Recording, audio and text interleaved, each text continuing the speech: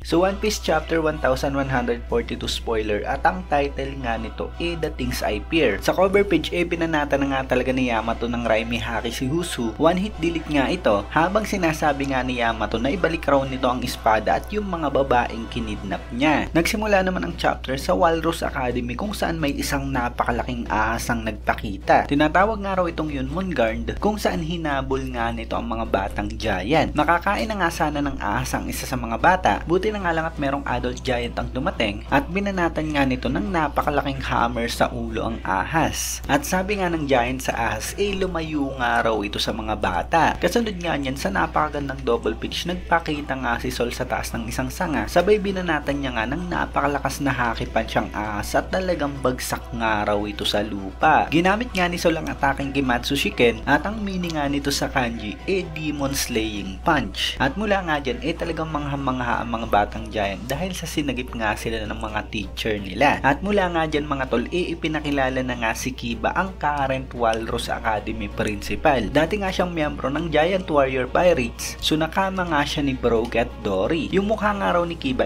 parang isang walrus at may dalawang parang pangil nga raw ito. At hindi nga raw natin masiguro kung nagtataglay ba siya ng devil fruit o isa nga siyang half mink. At meron nga raw napakalaking hammer si Kiba na merong dalawang mahabang spike. At mula nga dyan, ito ang tuwa ang mga batang giant sa principal at kay Sol Sensei. At napapatanong nga ang mga ito kung dati bang warrior ang principal. Meron nga rin daw sabi-sabi na napakalakas ni Sol Sensei at talagang totoo raw pala ito. Nagdag pa nga nila dati raw miyembro ng Navy si Sol kaya talagang napaka-cool daw nito. Mula nga dyan sabi ni Kiba nanakit raw ang likod niya at nagpasalamat nga siya kay Sol sa ginawang tulong nito. Sabi naman ni Sol okay nga lang daw yon pero ano nga raw kaya talaga ang ahas na yan. At mula nga dyan biglang nagpakita si Robin at Chopper na nagtatago pala sa balbas ni Sol. Napatanong nga si Robin kung meron ba raw talagang monster na ganyan dito sa Sunworld. At sagot nga ni Sol wala raw. At ang mga hayop nga raw dyan mga normal lamang. Merong kakaiba rito mga tol sa ahas na nagpakita rito sa Walrus Academy. At sabi nga ni Chopper talagang napakalaki raw ng ahas. At mula nga dyan nagpatuloy raw na mangyari ang weird na insidente sa iba't ibang bahagi ng school. Nakita nga ni Sol na ang teacher na tinatawag na wolf ay injured at yung mga bata raw bigla na lamang nakatulog. At tinanong nga ni Sol ang ibang mga bata kung nasaan ba ang mga kasama nila. Tinuro nga ng mga bata ang ibang bata kung saan papunta na nga ang mga ito sa beach. Dagdag pa nga nila napaka-weird daw nito. Nakatulog raw ang mga bata at hindi sumasagot sa kanila. Nagtataka naman si Robin dahil kung tulog ang mga ito paanong nakakapaglakad ang mga bata. At mula nga dyan mga tol pinakita ng mga batang giant na naglalakad na habang tulog papunta sa beach. At makikita nga raw natin na sinusundan ng mga ito ang araw ni Gunku. So kagagawan nga talaga mga tol ng mga holy nights ang nangyayari dito sa school. At talagang nagsimula na nga silang umatake. Tinatawag naman ni Sol ang mga bata at pinapabalik ang mga ito. Pero suddenly meron pang ibang mga monster ang nagpakita mula sa kagubatan. Kaya nag-take na nga ng emergency measures si Kiba. Kailangan na nga raw nilang patunugin yung horn para malaman ng buong bansa ang nangyayari. At kailangan nga rin daw nilang makalis agad dyan sa school. Kat naman sa Underworld kung saan nakatayo nga si Loki sa harap ni Luffy at ng iba pa. Hawak niya nga ang Ragnar at kahit nga matindang injury ni Loki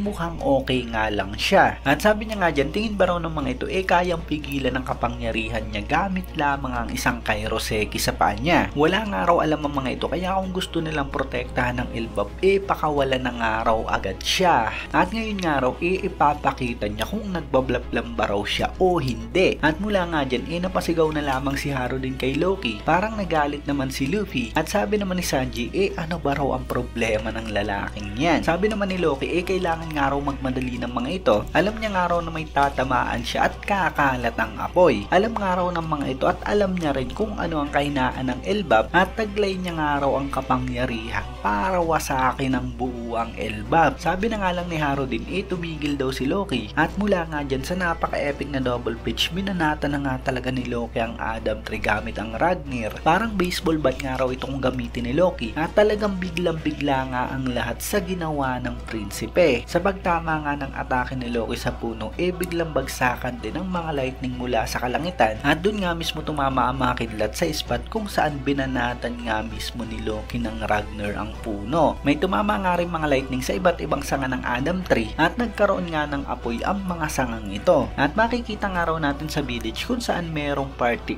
nagkaroon nga rin ng apoy. Na-report nga agad ng mga giant ang mga pangyayari sa elder na si Jarul at iba pang araw yung narinig nilang pinatunog na horn ngayon lamang. Kaya ang utos nga ni Jarul masama raw talaga ang apoy kaya kailangan nga nilang apulahin daw agad ito. So dahil nga dyan mga tol talagang matindi nga ang mga pangyayari dito sa Elbap. Mas uunahin nga ng mga giant ang apulahin ng apoy dahil sa yun nga talagang kahinaan ng Elbap. Mas matindi nga yung problema nila kung makatakas talaga si Loki at kawawa nga rin yung mga bata sa school dahil sa talagang gumalaw na nga ang mga Holy Knights. At speaking mga tol, cut nga tayo rito sa Walrus Academy. Sabi nga ni Angie kay Sol at Kiba nakita niya ng araw ang mga monster na yan dati. At in-explain niya nga raw na kanina lamang pinag-drawing niya nga raw ang mga bata sa klase niya ng mga kinatatakutan ng mga ito. Gaya na nga lang daw ng Fenrir, Loki at Nika. At ngayon daw ang mga kinatatakutan na yan ng mga bata biglang nagkatotoo. At mula nga dyan mga tol sa napaka-epic na double page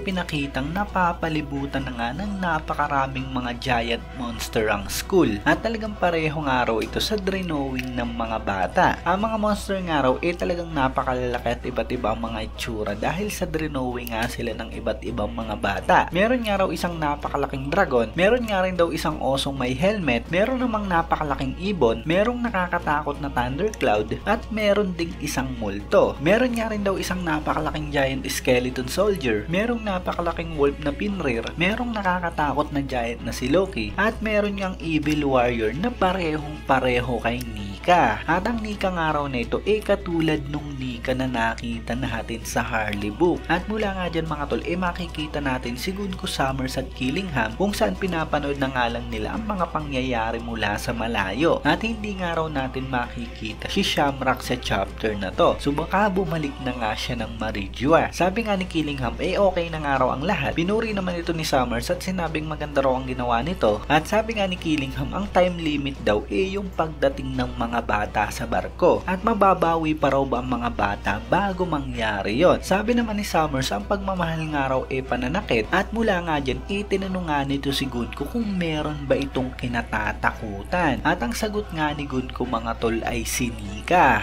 So ayun mga tol, talagang tumitindi nga ang mga pangyayari dito sa Elbap. Sino kaya ang tutulong sa mga bata dito sa Walrus Academy? Siguradong hindi nga kakayanin ni Sol at ng iba pa. At sana nga dumating agad dyan ang ibang mga giant para makita na nga natin kung gaano ba talaga kalakas ang mga Holy Knights na ito. So ayun nga lang mga tol, abangan na nga lang natin ang full chapter. Kung nagustuhan nyo nga ang video to, huwag nyo sana kalimutan mag-iwan ng like dahil napakalaking tulong na yan para sa ating channel. Ayun, maraming salamat sa inyong panunod at mag-iingat kayo palagi. Bagang!